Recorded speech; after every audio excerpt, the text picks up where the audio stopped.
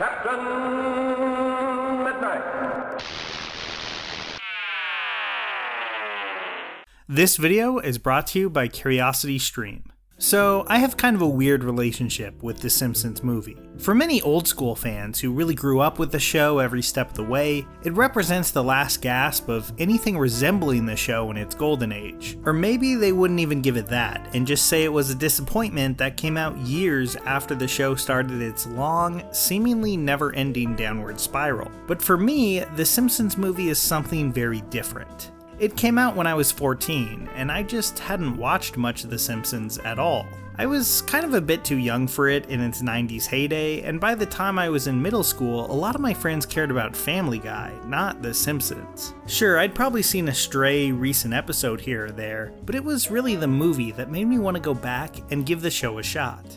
And I loved it. Rewatching The Simpsons seasons 5 through 8 was one of the very first things I did when lockdown happened last year. Those first 10 years or so are some of my favorite seasons of TV ever made, something I can revisit over and over again. But what about going back to the movie itself? Well, despite loving it in theaters, and even having a lot of fond memories of the video game that released alongside it, it's not a movie that I've rewatched many times since. So I was really afraid that going back to it now, knowing just how good the show was at the height of its creative powers, I'd be super disappointed. But here's the thing, I found out I kind of still love this movie. No, it's not perfect, and there are some problems that I have with it from a Simpsons fan perspective. But for the most part, this still feels like a really funny movie that at least deserves to be in the conversation alongside the Golden Age. And I think the reason for that is pretty simple. Early on, the choice was made by Fox to hire back as many great Simpsons talents as they could. While some key figures, like Conan O'Brien, Brad Bird, Sam Simon, and my favorite showrunners that the show ever had, Bill Oakley and Josh Weinstein, didn't return, the team they ended up assembling was no joke. Sure, you had current Simpsons head Al Jean and creator Matt Groening, who you'd expect. But you also had serious heavy hitters, like director David Silverman, who had directed so many classic episodes, my favorite of his probably being Krusty Gets Cancelled. Writers Mike Scully, Mike Reiss, Matt Selman, the list goes on. They even got the reclusive and rarely photographed John Swartzwelder back, and for my money, that guy wrote more truly great episodes of the show than anyone. These were a lot of the people that were responsible for the success of the show in the first place. And for many of them, it was the last time they would work in the Simpsons universe. Which, at least to me, kind of makes this film feel like a true series finale. The kind that Fox and now Disney keep denying the poor Simpsons family. But I should probably just get into the actual movie, which starts with a family going to see the Itchy and Scratchy film, and Homer mocking us for paying to see something in theaters that we could have seen at home for free. It's a pretty funny gag, and it helps that the Itchy and Scratchy segment is actually really good, playing off of like presidential biopics. Then we get to the plot of the film, which in many ways is structured like a Simpsons episode, where the first act follows one thing, in this case Homer getting a pig, before it wildly veers off into a much bigger storyline. And let me tell you, the world had Spider Pig fever back in 2007. According to the producers, test audiences loved the Spider Pig joke, so the marketing leaned into it hard. The joke really felt inescapable that year. And you know what, as far as comedic premises go, you could do a lot worse than Homer Gets a Pig. While of course I remember that song, there was actually a lot of smaller jokes that I'd totally forgotten about. Just dumb stuff that I really loved, like Homer jumping into the car and expecting the pig to drive after he dumps the silo into the lake. Speaking of the lake though, I should probably touch on that aspect of the movie. In an early scene, the band Green Day begs the people of Springfield to care about the environment before getting booed and then killed in the lake as the pollution in the water eats away at their barge. As a setup for the movie, the polluted lake is fine, but I will say how the film uses Green Day is a bit too much like modern Simpsons. There's not really any Green Day specific jokes or anything, no sly or cutting commentary on the band itself. The joke is mostly just, hey, it's the band Green Day but as Simpsons characters, and here they are playing the theme song. Now, this is a really long lost battle at this point, but I tend to like Simpsons guest stars a lot more when they're playing someone within the Simpsons universe, like Kelsey Grammer playing Sideshow Bob, or even Johnny Cash as the Coyote Spirit Guide in Season 8. Having non-actor celebrities play themselves, like that awful recent Elon Musk appearance, is usually the opposite of what I want from the show. But to be fair to this film, they're really only in this one scene, so I don't think it's a major issue. What I have a bit more of an issue with is Colin, Lisa's Irish love interest, who is just barely a character, which might have been fine if Lisa had more to do in the movie overall. For a film that touches on the environment so much, she doesn't actually have that much to do outside of the first half. I think the film makes a very calculated choice to focus mostly on their two most popular characters, Bart and Homer, which I'm mostly fine with actually. I love Bart and Homer. But if they're going to have most of the spotlight, I think this Colin character's screen time should have been given to more beloved characters who don't get much time to shine in the film, like Moe or Smithers. I don't want to sound too negative though, because I really do think these early scenes in Springfield has the joke writing firing on all cylinders. I especially like Grandpa's religious revelation in the church and that scene in the car afterwards. Homer being really happy that they got a free rug out of it will never not be funny to me.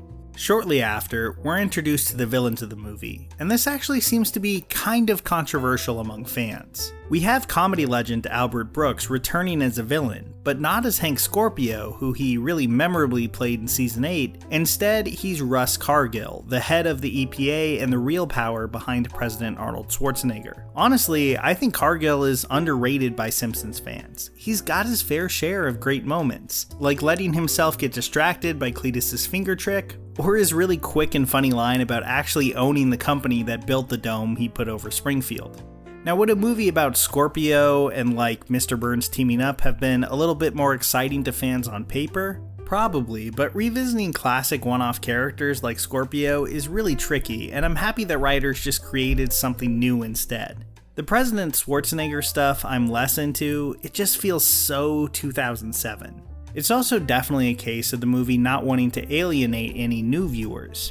Like, they have an Arnold in the Simpsons universe, and his name is Rainier Wolfcastle. I wish they had just used him, honestly, because I think the same joke would have landed. They use Wolfcastle a lot, and it's not like the actor he's referencing was ever subtle in the first place. It also would have made the White House scenes feel a bit less dated today. Can save the Earth. Okay. Get the Simpsons game for your NES from Acclaim. Bart!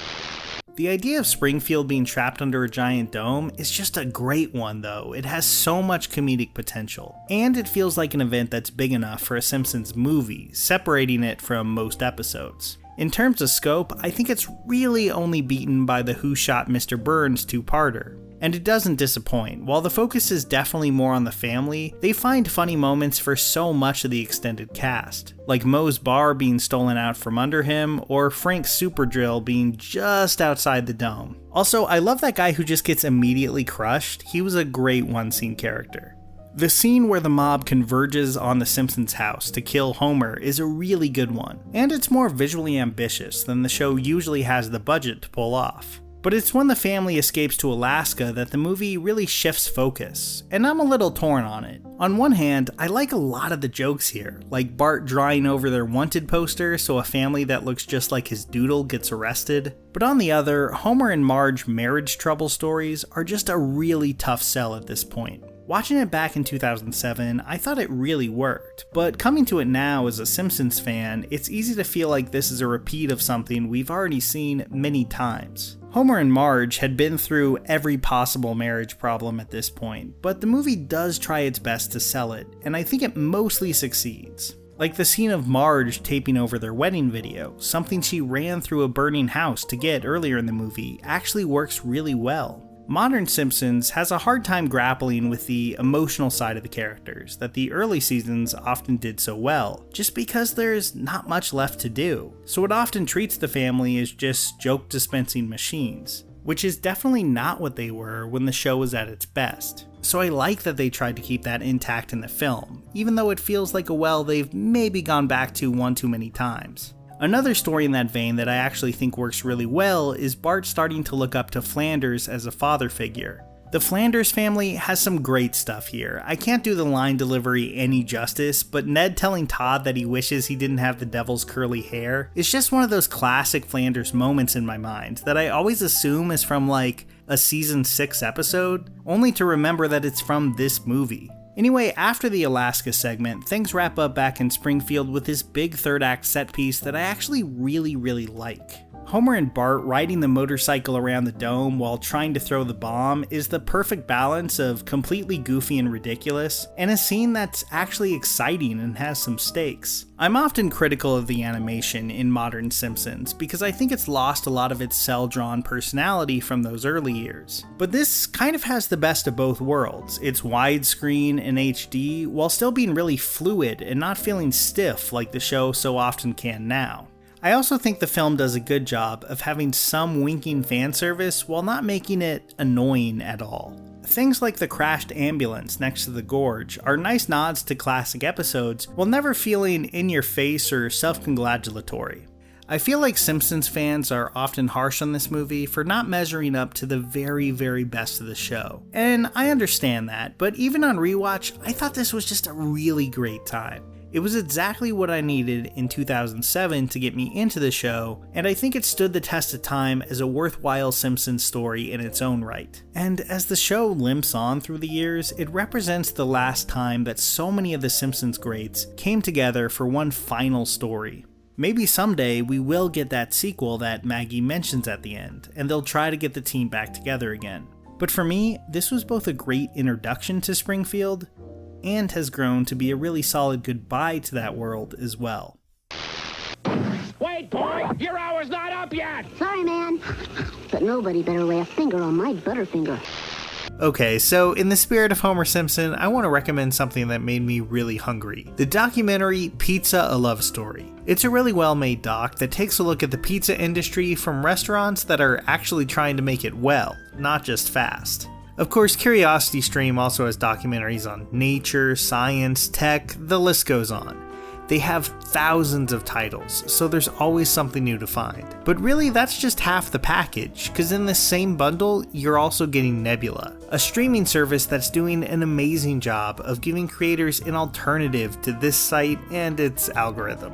Not only is there zero ads, but creators like me and so many others, from H Bomber Guide to Legal Eagle to Nando V Movies, have uploaded exclusive content there. So when you sign up for Curiosity Stream, you'll receive an email welcoming you to Nebula too, all for just $14.79 for an entire year. That is a 26% discount. So get this deal now by going to curiositystream.com/CaptainMidnight. That's curiositystream.com/CaptainMidnight. Here's a special tip for the fellas and girls who have not already joined Captain Midnight's new 1940 Flight Patrol. You'd better hurry up and join at once because there's a big adventure ahead. The thing to do now is to get started because we're going to have not only barrels of fun, but loads of free gifts and prizes too.